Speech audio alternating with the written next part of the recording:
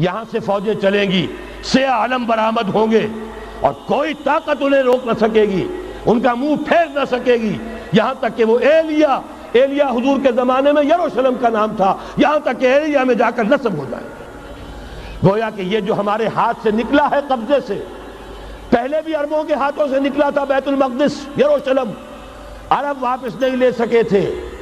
کرد خون صلاح الدین ایوبی اس نے واپس لیا، عربوں میں دم نہیں رہا تھا، عیاشیوں کی وجہ سے کھوکھلے ہو چکے تھے۔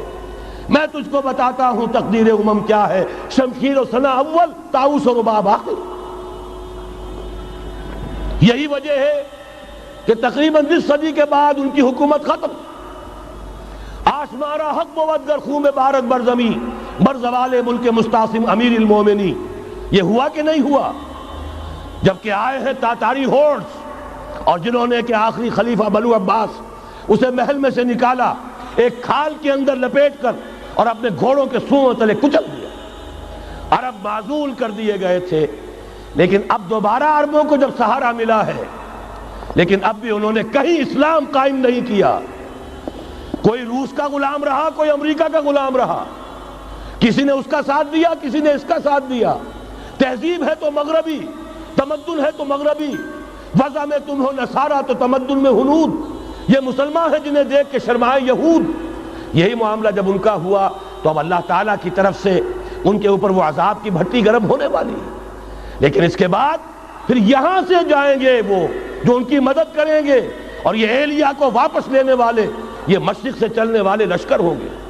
یہ اسی علاقے میں جب انقلاب آ جائے گا، یہ علاقہ خراسان اور پاکستان، جب یہاں نظام خلافت قائم ہوگا، یہاں سے اسلام کی توسیع ہوگی، اور یہاں سے جانب مشرق ہند اور جانب مغرب یہ جو یہودیوں کا سیلاب آ رہا ہے، ان دونوں کا مقابلہ کرنے کے لیے انشاءاللہ العزیز، ورنہ یہ اصابتان جو ہے ایک حدیث میں جمع کرنے کی کوئی اور حکمت ہو نہیں سکتی، ورنہ تو ہندوستان پہ کئی لشکر آئے ہیں۔ لیکن یہ کہ در حقیقت اسی وقت جب کہ عالم عرب میں وہ بھٹی دہکے گی، اسی وقت یہاں انقلاب آ چکا ہوگا۔ ایک طرف یہاں سے مدد کے لیے لشکر جائیں گے کہ جو مسلمان عرب جو ہیں ان کی مدد کریں گے، حضرت مہدی کے جھنڈے تلے لڑیں گے، حضرت مہدی کی حکومت کو مستحکم کریں گے، یؤتون للمہدی۔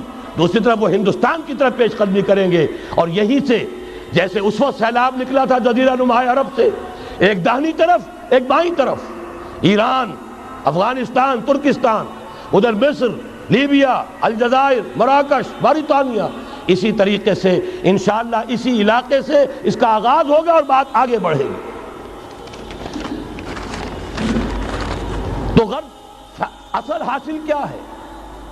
یہ ہونا ہے، پچھلے آثار ثابت کر رہے ہیں کہ ہونا ہے، حضور کی احادیث بتا رہی ہیں کہ یہی سے ہونا ہے۔